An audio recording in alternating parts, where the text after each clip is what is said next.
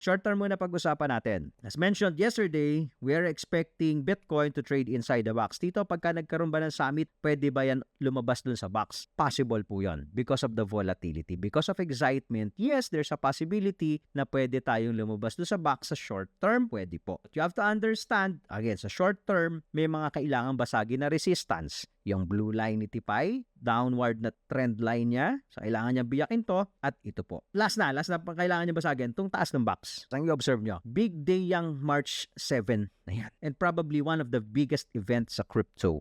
Dito mo makikita ngayon yung lakas ng mga bulls. Kasi pagkakataon na to ng mga bulls, may event, high spirit lahat, galing ka sa correction. So, kung may lakas yung mga bulls, they can push the price beyond this area. Probably above 95K kung may lakas. They should push the price above 95K.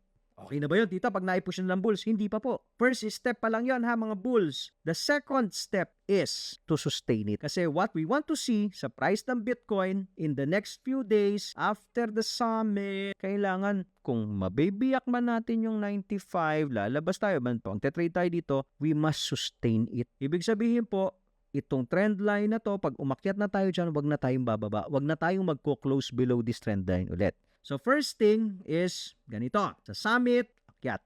Bam! So, kailangan mag-close above. So, yun gusto natin makita. So, pwedeng the following day, magkakaroon ng week, tatagusin, pero huhugutin din, magko-close above din. So, kahit maliliit na yung mga susunod na candle, basta nagtitrade ka na dito above 95. Okay na tayo dyan. Good move, bulls. Sulit ang summit, di ba? Sulit ang pag-aantay. Ngayon, mga bulls, short term. Short term po ito. If ang makita mo is the other way around, yes, pinush. Bam! Yes, eto na mga bulls. Pero, okay, on that same day, nung pag-push niya, tinulak siya ulit. Bam! Sinara ulit dito sa loob nitong trend line na yan. Alam na this. Bears are in control in the short term. So ngayon, you have to plan. Are you going to participate dyan sa crypto summit na yan? Magte-trade ka ba for short term? Or just wait on the sideline? It's up to you.